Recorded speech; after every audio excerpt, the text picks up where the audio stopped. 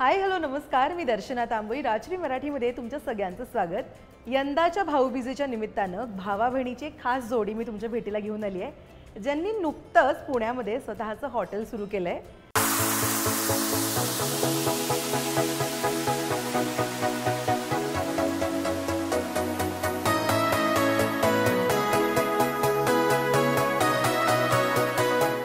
नाव इतकं सुंदर आहे कारण लहानपणापासून शाळेमध्ये किंवा घरी जेवायला बसल्यावर वदनी कवळ म्हणायची पद्धत होती आणि तेच शब्द म्हणजेच या हॉटेलचं नाव आहे.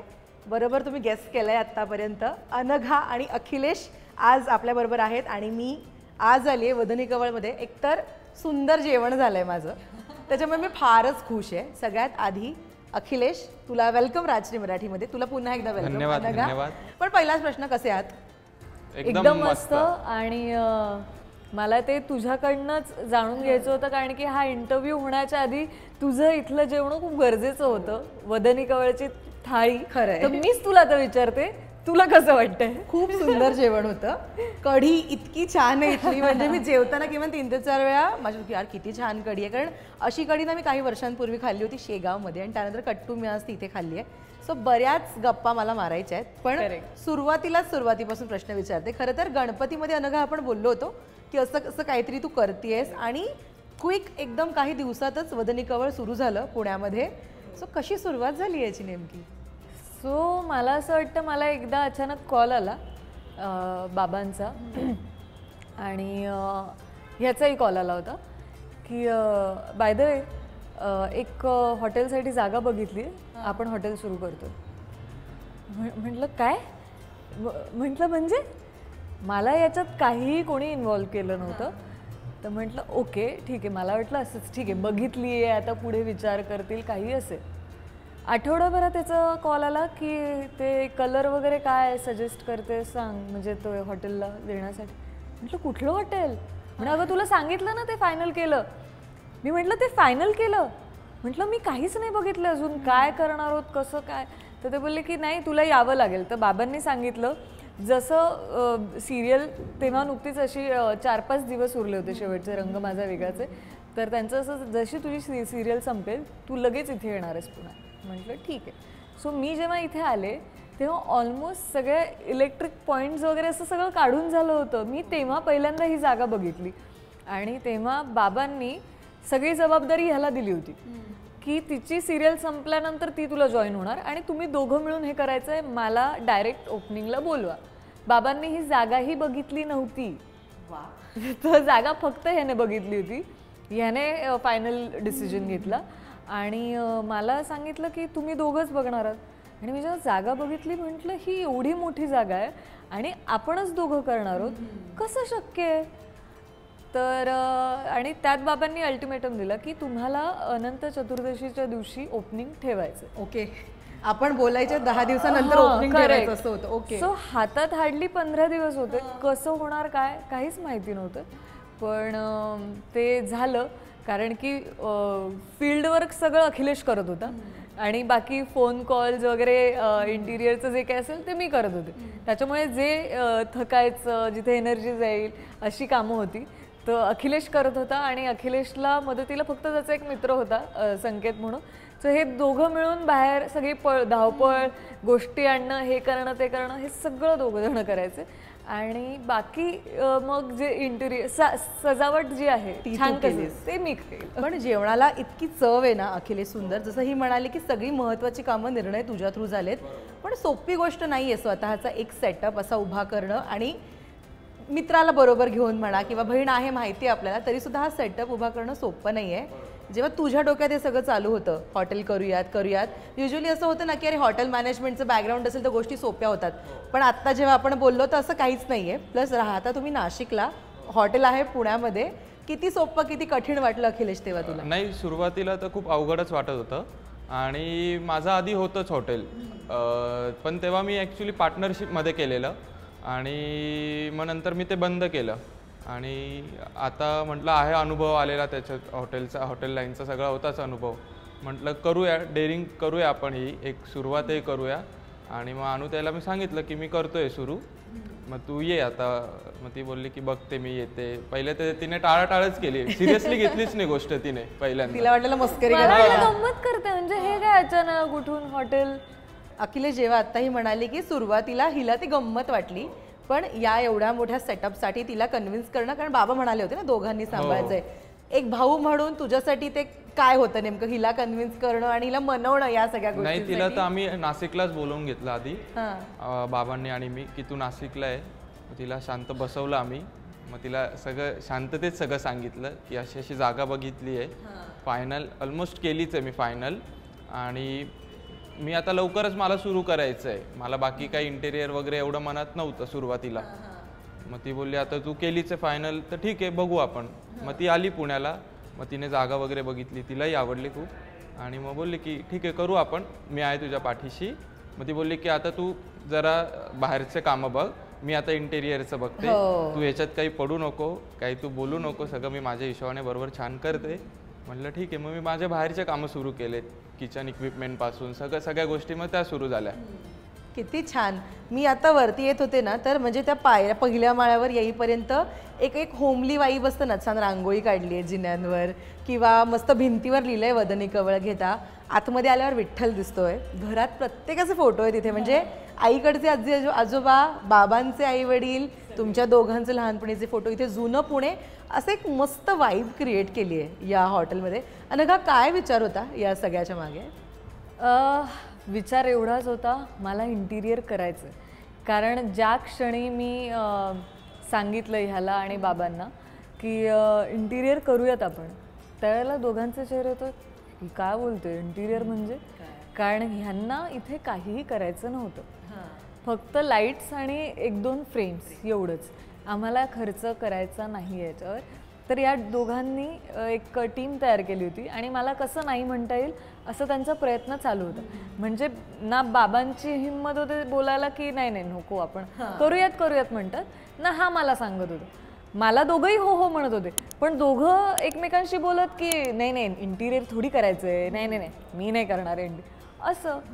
आणि मला एकदा कळलं हे यानेच बोलून दाखवलं की एकतर बाबांच्याही मनात नाही इंटिरियर, तूच आपला काहीतरी इंटिरियरचं धरून असेल. आणि आमचं म्हणजे मी म्हटलं नाही, मी तडक बाबांना फोन केला, म्हटलं इंटिरियर करायचं आहे की नाही. तर ते बोलले की असं काय नाही. म्हटलं मी माझी जबाबदारी मी करीन इंटिरियर. ते बोलले तुझी जबाबदारी, तू देणार सगळे पैसे. ते फार महत्वाचं, फायनान्स. म्हटलं हो, मग बिंदास कर, फक्त मला या तारखेपर्यंत हॉटेल रेडी हवे. म्हटलं ठीक आहे. आपल्या रेस्टॉरंटचं नाव वदनी कवळ हे असावं, यामागे कोणाचा विचार होता? आणि ते 1 गो मध्ये भावा बहिणीमध्ये एकमत झालं का नाही? नाही, हा विचार सर्वस्वी बाबांचा होता. आणि मला असं वाटतं की ना, वदनी कवळ जो श्लोक आपण जेवण घ्यायच्या आधी म्हणतो की पहिला घास घेताना देवाला थँकफुल आहे की पहिला घास घेताना आपण आपल्या देवाचं नाव घेतो की आपण किती ग्रेटफुल आहोत या घासासाठी, या अन्नासाठी. तर ह्या सगळ्याच्या मागे जेव्हा ते नाव क्रिएट झालं की वदनी कवळ, तर मला असं वाटतं की हे नाव ऐकता क्षणी सगळ्यांना आवडतं. म्हणजे आम्हाला दोघांनी ते आवडलं होतं, त्याच्यात कोणाचं असं नव्हतं की नाही हे नाव छान आहे, आपण काहीतरी वेगळं ठेवूयात की डायनिंग इन वगैरे असं काही नाही. फॅन्सी नाव म्हणा किंवा पटकन कोणातरी लक्षात राहील. म्हणजे मला असं अजूनही आठवतंय की वदनी कवळ अगदी आपल्या थीमला जाणारं सुद्धा आहे. आणि जो श्लोक आपण अन्न ग्रहण करण्याच्या आधी घेतो त्यातलंच जर नाव असेल तर किती मजा. मी आतापर्यंत कुठेच हे नाव नाही ऐकलं. मी पण नाही ऐकलंय, म्हणून युनिक होतं आणि सगळ्यांना आवडतं हे नाव. सो अखिलेश, कसा आहे तुझा अनघा बरोबरचा बॉन्ड नेमका? आणि आता जेव्हा बिझनेस पार्टनर म्हणून तुम्ही दोघंही ग्रो होताय, कारण ती आपला जेव्हा पहिला फोन झाला ते म्हणलं की मी माझ्या भावाबरोबर करते, तर म्हटलं अरे हे किती छान आहे, भावाबरोबर करतेस. सो कसा आहे तो बॉन्ड तुमच्या दोघांचा लहानपणापासून, आणि आत्ता या निमित्ताने तो आणखीन ग्रो होतोय का? नाही, लहानपणापासूनच एकदम छान बॉन्ड आहे आमचा. छान वर्तन खूप छान आहे. आमचे भांडणं खूप होतात, पण बॉन्ड जास्त स्ट्रॉंग आहे त्याच्यापेक्षा, आणि तो तसाच राहील कायम. आणि ॲज अ बिझनेस पार्टनर एकदम छानच आहे. कोण गल्ल्यावर कोण बसतं इथे वदनी कवळमध्ये? अखिलेश. आणि ताई आल्यावर ती. मग मी इकडे असतो, फिरतो सर्व वगैरे करायला. म्हणजे लहानपणीचा तो फोटो फार गोड आहे जो इकडे लावलाय. तो काय किस्सा काय त्या फोटो मागचा, कधीचा फोटो आहे तो? ते ॲक्च्युली आमच्या नवीन घराचं आहे, म्हणजे तो टेरेसवरचा आहे जेव्हा नवीन फ्लॅट नाशिकमध्ये. नाशिकचा. अनघा, पण भाऊ आपल्या बहिणीबद्दल नेहमी पॉझिटिव्ह असतो जरासा, मग तो लहान असू देत किंवा मोठा असू देत. अखिलेशच्या बाबतीमध्ये काय आहे? अखिलेश पॉझिटिव्ह आहे का मला शांत असं आहे? वाटतं की तो खूप घाबरतो मला. म्हणजे मला असं, म्हणजे तो असं घाबरतो म्हणजे रिस्पेक्टफुली, की हिला कुठे वाईट वाटू नये वगैरे. आणि बघायला गेल्यानंतर लहानपणापासून अखिलेश शांत आहे आणि सगळ्यांचं अगदी मन राखतो आणि हे. आणि मी त्याच्या उलट आहे, म्हणजे मी कुठेही बेधडकपणे काहीही बोलू शकते, भांडू शकते आणि कोणाचीही मन दुखवू शकते, असं होऊ शकतं. सो आम्ही दोघं अपोजिट आहोत त्या बाबतीत. आमची लहानपणापासून खूप जितकं आम्ही एकत्र छान राहतो तेवढे भांडलोही खूप आहे. जसं सगळ्या भावा बहिणींमध्ये मारामाऱ्या होतात आमच्या, अगदी एकमेकांना खाली पाडून सुद्धा मारामाऱ्या झाल्या आहेत खूप. म्हणजे त्याचे तर किस्से, त्याच्यासाठी एक वेगळा इंटरव्ह्यू करायला लागेल. तर पण मला असं वाटतं काळाप्रमाणे ना तो खूप जास्त मॅच्युअर होत गेला. म्हणजे तो अगदी मी त्याची लहान बहीण वाटेल इतपत मॅच्युअर झाला. आणि तसंच नोकझोक तर होतेच अगं. म्हणजे ह्याला सुद्धा कामं करत असताना वगैरे, की त्याला कुठेतरी, कारण की तो एकटाच असल्यामुळे त्याच्यावर खूप प्रेशर यायचं. तर कधी कधी ना कामाची गती अशी कमी कमी व्हायची. मग तेव्हा मला सहज असं शांततेत सांगता येत नाही की अखिलेश जरा हे काम बघ, स्लो होतं. माझं होतं की अरे तुला कळतंय काय, हे काम किती लेट होत आहे, हे कर, हे असं कर, तसं कर. सो माझा एक तो डॉमिनेटिंग स्वभाव येतो आणि मग त्याच्यामुळे समोरच्याला होतो की हो करतोय करतोय ठीक आहे असं होतं. सो एक दिवस आमचं खूप कडाक्याचं भांडणही झालं. तेव्हा आम्ही असं ठरवलं की आपण एकमेकांच्या कामांमध्ये खुपसायला नको.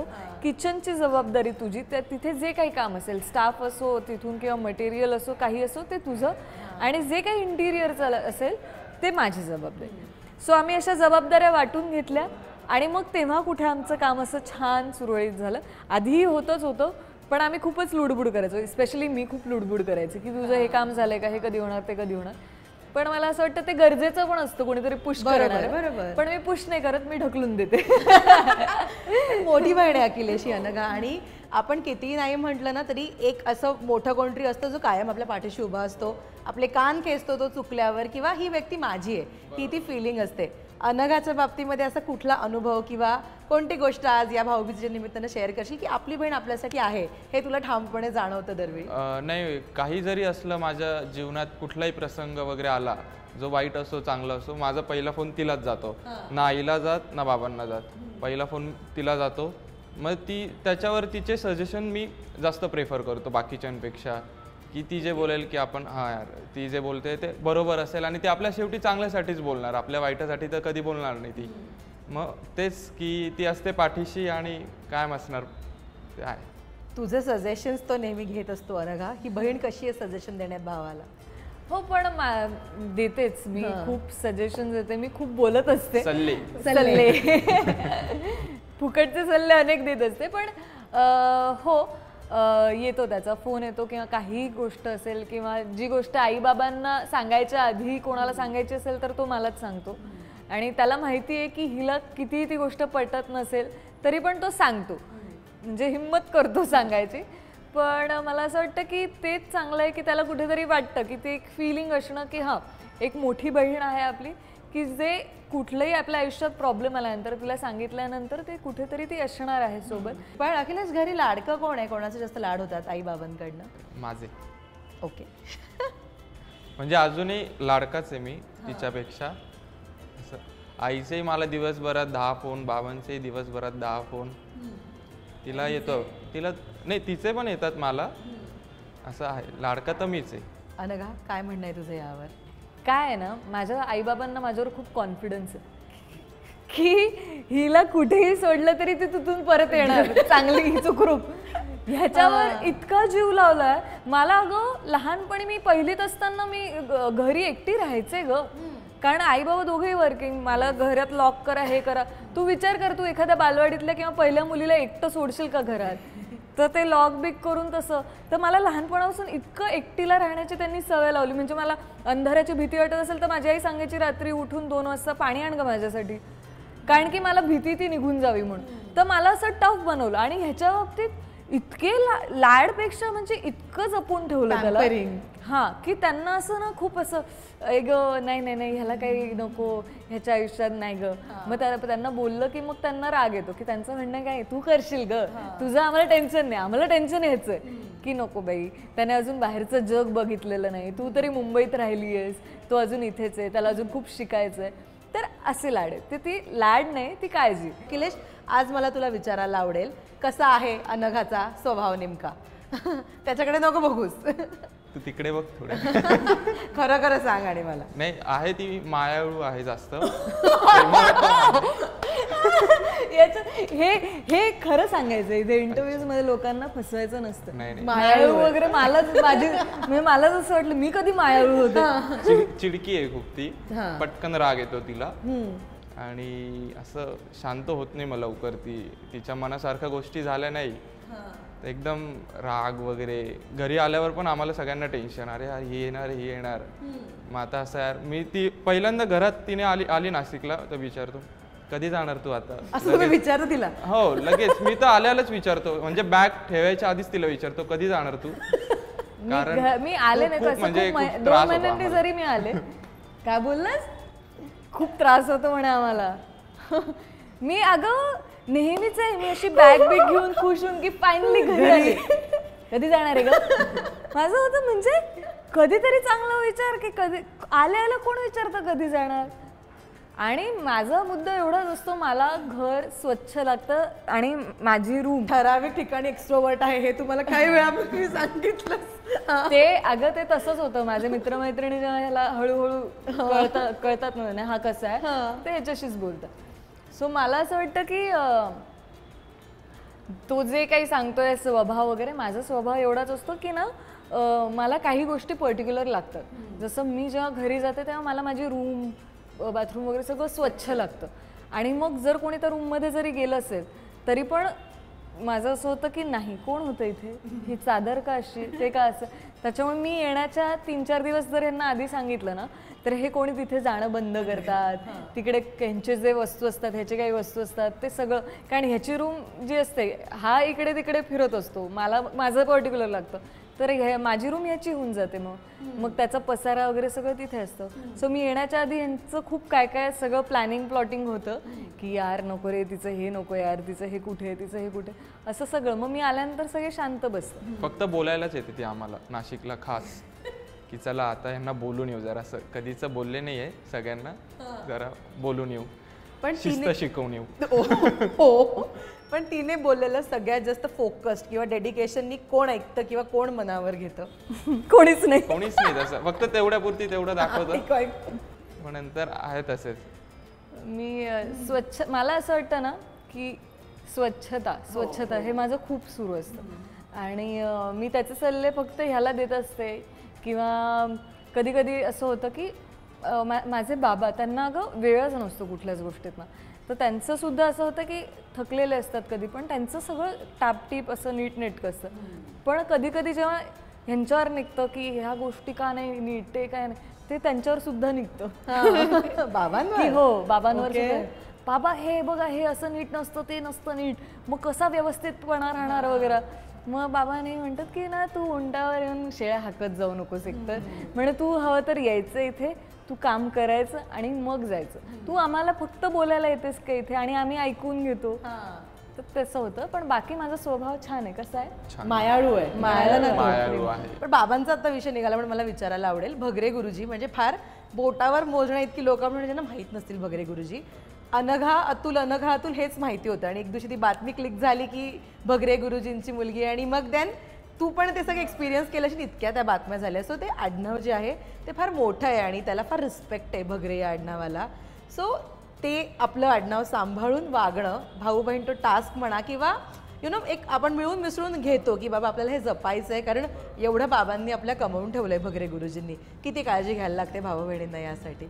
मला असं वाटतं की याची खूप काळजी घ्यावी लागते, कारण त्याच्या बाबतीत असं असतं की बाबांची कुठलीही कामं असतील ना बाहेरची किंवा इकडची तिकडची तर तो असतो बाबांसोबत किंवा बाबांना कुठे सोडायला जायचं असेल किंवा वेळेवर अखिलेश सगळं बघतो त्यांचं त्याच्यामुळे तो बऱ्यापैकी लोकांच्या दृष्टीस येतो.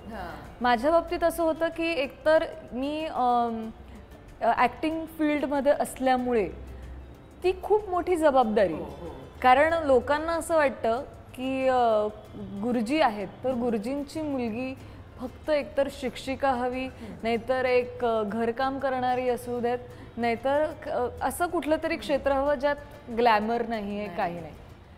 तर त्यामुळे बऱ्याचदा मी नेगेटिव्हली खूप ऐकलंय पण मला त्याचा शून्य फरक पडतो आणि मेन महत्त्वाचं म्हणजे माझ्या घरच्यांना शून्य फरक पडतो. ते फार गरजेचं आहे. हो कारण असं बऱ्याचदा होतं की याच्या बातम्या होताना पण मी बघितल्यात की म्हणजे छोटे छोटे असे आर्टिकल्स येतात की गुरुजींची मुलगी ग्लॅमरस वगैरे अंदाज आणि फोटोज वगैरे हे ते किंवा कधी कधी मला आत्ता मध्यंतरी इतका राग आला होता माझ्या वडिलांनी माझ्या वाढदिवसानिमित्त एक पोस्ट टाकली होती तर त्या पोस्टवर माझ्या फोटो खाली लोक वाईट कॉमेंट करत होते.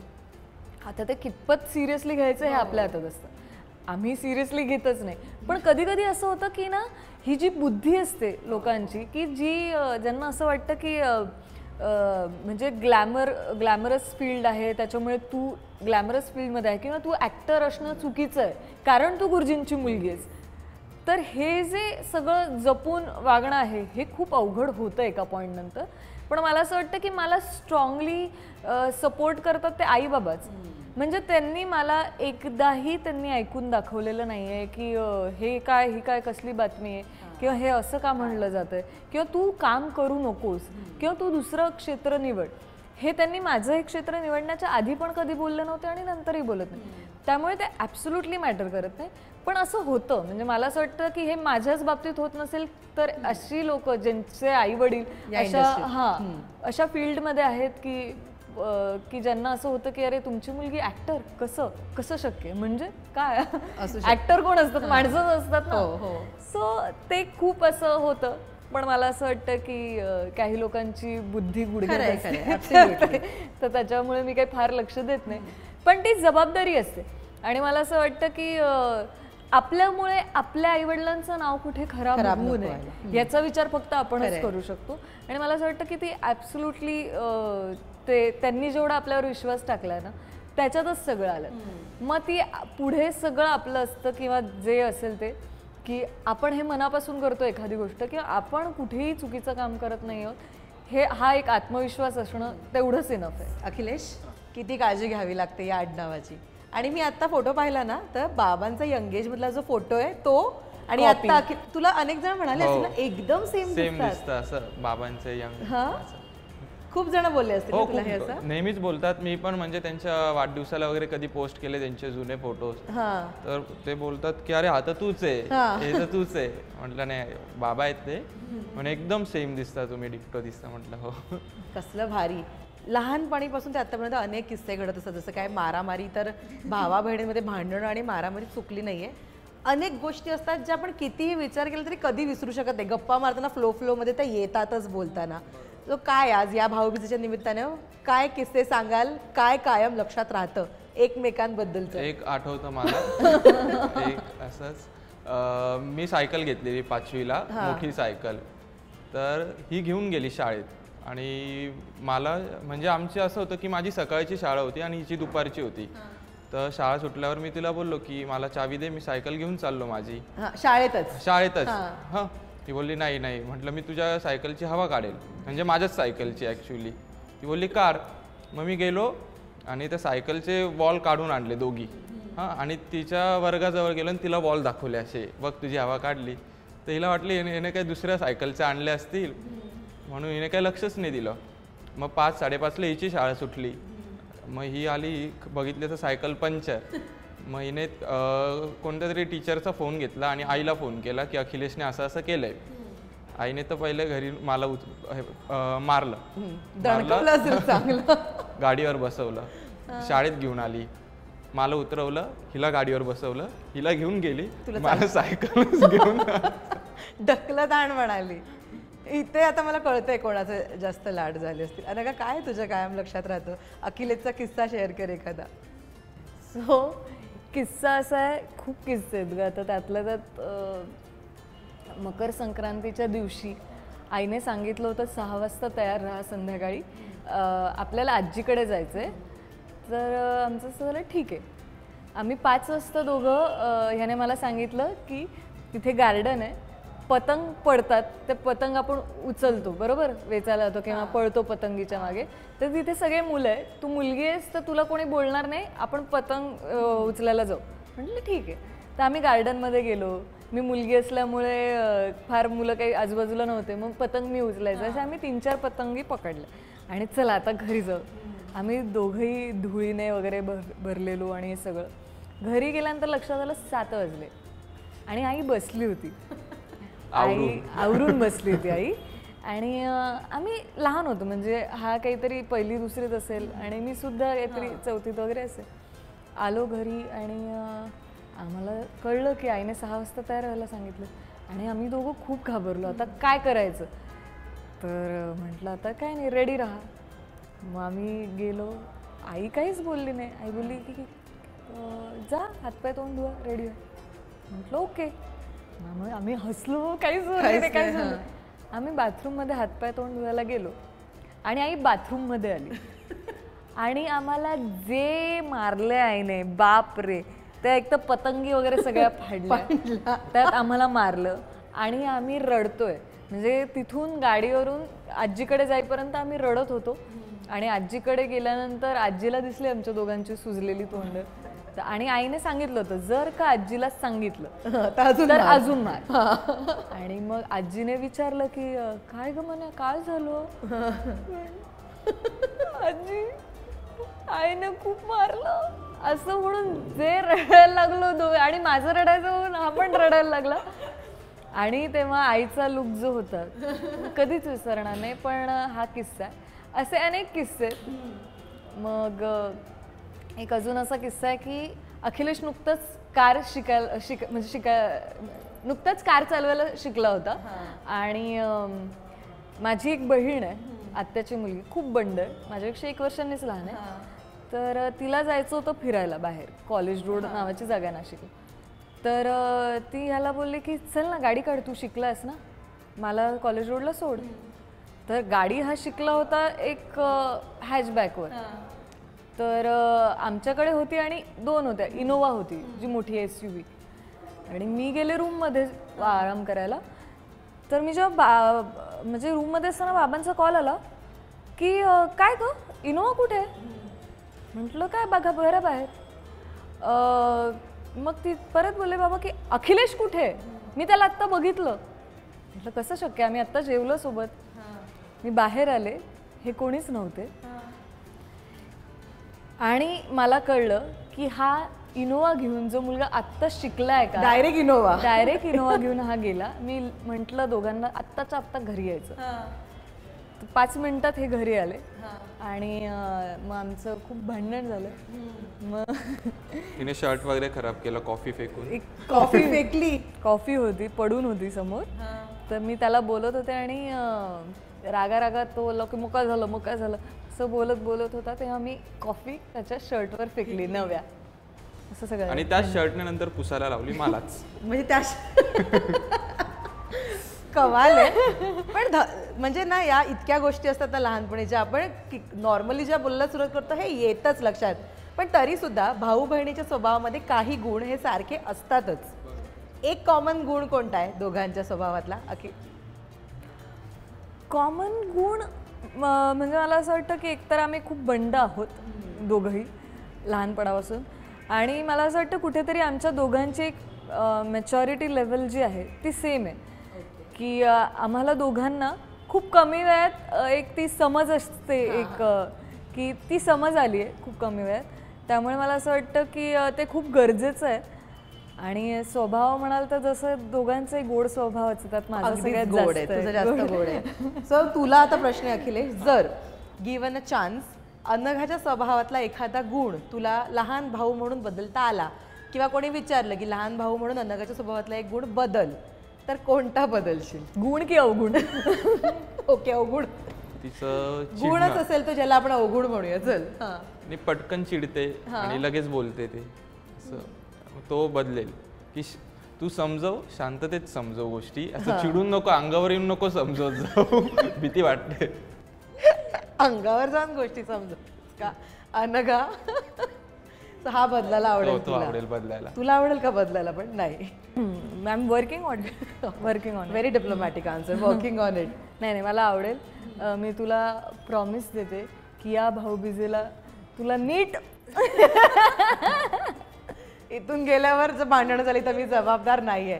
दिवाळी आहे.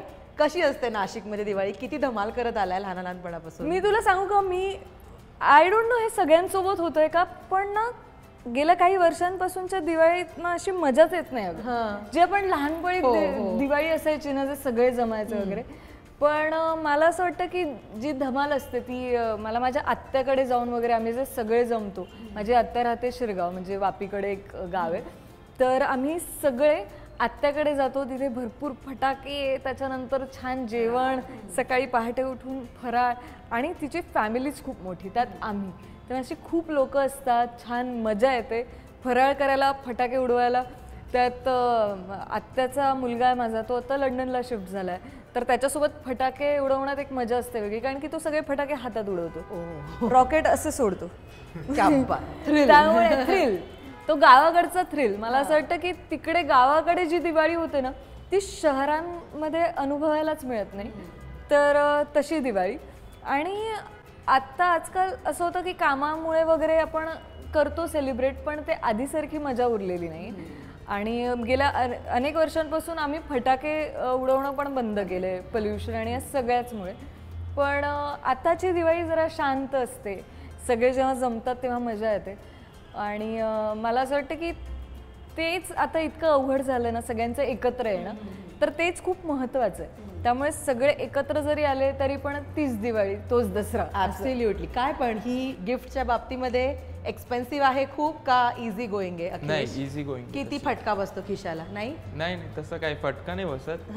करते मी, जे दिल करते प्रेमाने, ऍक्सेप्ट करते प्रेमाने.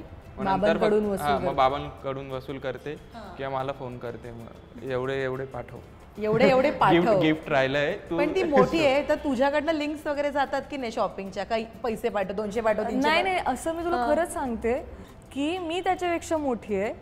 तो कमवत नव्हता, म्हणजे आता इतके काही वर्ष, पण मला आठवतंय मी कमवत असून, मी सगळं करत असून, त्याच्या सेव्हिंग्स इतके असल्यामुळे तो ना वाचवतो. अखिलेश मला फार छान वाटलं, सेव्हिंग खूप सेव्हिंग करतो. आणि मला आठवतं की त्याला मी कधीही फोन केला तरी पण तो त्याच्या सेव्हिंग मधले मला पाठवायचा की अखिलेश जरा पाठव रे पैसे. तर मला असं वाटतं की वेळेवर, म्हणजे कितीही काही झालं, मला माहिती असतं की त्याच्याकडे पैसे नसतील असं नसून, तर मी त्याच्याकडेच मागायचे आणि तो द्यायचा प्रत्येक वेळेस. म्हणजे या गोष्टीचं मला इतकं कौतुक वाटतं की मी पैसे कमवायचे, मी सेव्हिंग करायचे नाही, मी खर्च करायचे, तो कमवायचा नाही, तो जमवायचा आणि सगळे मग मला द्यायचं. आणि कधी कधी त्यानेच माझ्याकडे, म्हणजे मला एकदा आठवतं त्याच्या डोळ्यात पाणी वगैरे आलं होतं. तू पैसे दिलेस म्हणून? नाही, त्यानेच मला दिले होते. आणि त्याने एकदा दोनदा मला सांगितलं की मी तुला ते दिले, ते परत कर. सो त्याने जेव्हा तिसऱ्यांदा सांगितलं तेव्हा मीच त्याच्यावर इतकी चिडले की ठीक आहे ना, काय आहे, मी माझ्याचकडे तर आहे ना, मी देईन. तर त्याचं असं झालं की एवढं काय बोलते, म्हणजे माझेच पैसे, मलाच गिल्ट देतेस वगैरे, असं सगळं झालं. आणि मला असं झालं की हो, म्हणजे ते पैसेही त्याचेच होते, त्यानेच मला दिले आणि तेच तो मागतोय, त्याच्यावरच मी आपलं आरेरावी करत होते. पण तो त्याचा चांगला स्वभाव आहे की देणं. तो शांत, आणि मे बी तुझ्या आवाजापुढे त्याला काही बोलताही येत नसेल, असंही होऊ शकतं. आदरयुक्त भीती, आदरयुक्त, छान शब्द दिलायस तू त्याला. पण ते दिलेले पैसे कधीतरी परत आलेत का, किंवा येतील अशी तुला अपेक्षा आहे का? येतात कधी कधी येतात. हो येतात, पण आहेत, बाकी आहेत तिच्याकडे. किती असतील साधारण बाकी? चेक केले नाही, पण असतील, थोडेफार असतील. पण मी हिशोब काढू का? नको. गल्ल्यावर बसतो आता इथे तू. आता बाबा, आता शेठ लोक आहेत, श्रीमंत लोक आहेत. पण यंदाच्या दिवाळीमध्ये वदनी कवळ आहे तुमच्याकडे, कारण असं होतं ना की सण उत्सव असल्यावर हॉटेल्समध्ये जास्त गर्दी असते.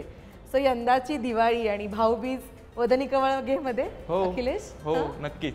मला असं वाटतं की याच्यासारखी कुठली ऑस्पिशियस जागाच नसू शकते की आम्ही आमचा दसरा, नवरात्र, दिवाळी सगळंच आम्ही इथे सेलिब्रेट करणार आहोत. आणि माझी तीच इच्छा आहे की सगळ्यांनी इथेच यावं सेलिब्रेट करायला, छानपैकी सगळ्या फॅमिलीला घेऊन यावं, इथे त्यांच्यासोबत मस्तपैकी आस्वाद घ्यावा एका छान जेवणाचा. आणि येस, मला असं वाटतं की यावेळेला माझ्याकडून त्याला आणि त्याच्याकडून मला भाऊबीजेचं हेच गिफ्ट आहे की आम्ही दोघांनी मिळून हे केलं की जे आम्हाला वाटत नव्हतं शक्य, कारण की आम्ही खूप आमचे स्वभाव खूप वेगवेगळे आहेत. म्हणजे आणि मी कधीच इमॅजिन केलं नव्हतं मी अखिलेश बरोबर कुठलंही काम इतक्या सहजतेने करू शकेन स्मूथली. आणि ते घडलं आणि ते अगदी छान चालू आहे, कारण की मला त्याच्यानंतर मी लक्षच दिलं नाही, सगळं तोच बघतोय. त्यामुळे खूप मोठी जबाबदारी त्याने खूप कमी वेळात घेतली आहे, याचा मला आनंद होतोय, अभिमान वाटतोय. आणि मला असंही वाटते की भाऊ बहीण मिळून काय करू शकतात, तर दिस इज इट. की जिथे तुमच्या आईवडिलांनी कुठल्याही प्रकारची इन्व्हॉल्वमेंट दाखवलेली नसताना त्यांचा फक्त सपोर्ट होता की वी आर देअर, आणि त्या भरोशावर की त्यांना माहिती होतं की नाही मला माहित नाही की हे दोघं करतील. एक पॉइंट असाही आला होता की बाबांचं की तुम्ही नका करू दोघं. असे कुठलेच भाऊ बहीण नसतात की जिथे इतके काय त्यांचे विचार होत नाही वगैरे. जर तुम्हाला वाटत असेल तुमचं नाही होऊ शकत तर नका करू. मग तिथे आम्हालाच कळलं की नाही होऊ शकते, आम्ही इतके दिवस करतोय तर आत्ता का नाही. तर मग त्या गोष्टी बोलून असं मला वाटतं की सॉर्ट होतं. आणि मला असं वाटतं की तू जे बोललीस चेंज काय करशील, तर मला असं वाटतं की आमच्यामध्ये चेंज करण्यासारखी गोष्ट इतकीच आहे की कम्युनिकेशन गॅप आहे, की जिथे कम्युनिकेशन फार होत नाही. कारण लहानपणापासून आम्हाला असं फोनवर खूप बोलतं वगैरे अशी सवयच नाही. आम्ही सगळे कामात जर असो एकमेकांच्या तर आमचं बोलणं होतच नाही 2-2, 3-3 दिवस. तर मला असं वाटतं ते कुठेतरी कमी करायला हवं, कारण की ते गरजेचं आहे. येस. तर येस, सो या दिवाळीनिमित्त, भाऊबीजेनिमित्त मला हेच वाटतं की छान वदनी कवळची प्रगती व्हावी आणि त्या निमित्ताने छान असेच आमच्यासारख्या बहीण भावांनी आदर्श घ्यावा आणि हो काहीतरी करावं.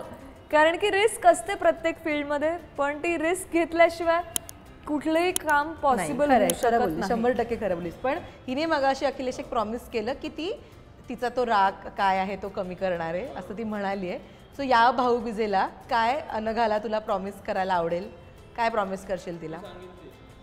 ती सांगेल ते प्रॉमिस करशील. ओके, वर सांग काहीतरी त्याला. लिस्ट द्यायची का काय करायचं? एखादं सांग कोणतं. नाही, मला असं वाटतं की खूप कमी वेळात इतक्या मोठ्या रेस्टॉरंटची जबाबदारी सांभाळणं अवघड आहे. पण मला असं वाटतं की प्रत्येकाची सुरुवात याच वयापासून होत असते कुठल्या ना कुठल्या बिझनेसची. सो त्याच्यासाठी ही खूप छान एक अपॉर्च्युनिटी आहे की त्याने स्वतःला ग्रो करावं. खूप इझिली सगळ्यांना अपॉर्च्युनिटीज मिळत नाही. लोकांमध्ये टॅलेंट असतो पण त्यांच्या सपोर्टमध्ये फायनान्शियल प्रॉब्लेम्स असतात किंवा फॅमिली सपोर्ट करत नाही, कुठून तरी काहीतरी इश्यू येतो. आणि जर त्याच्यासोबत मी आहे, आईबाबा आहेत, हे सगळं त्याला आत्ता छान करून मिळालं आहे, तर मला असं वाटतं की त्याने फक्त आत्ता या दिवाळीत असं एक निश्चय करावा की मला हे माझं सर्वस्व आहे, हे माझं काम आहे आणि मला इथे काहीही झालं तरी पण हे सगळं छान टिकवून ठेवायचं. कारण की रेस्टॉरंटमध्ये या बिझनेसमध्ये टिकून राहणं हे खूप अवघड आहे. तर मला असं वाटतं त्याने त्याच्या ग्रोथकडे लक्ष द्यावी आणि कशी आपलं कसं हे आपले फूड चेन छान अजून वाढत राहील, वेगवेगळ्या ब्रांचेस होतील याचा विचार करावा. डन अखिलेश.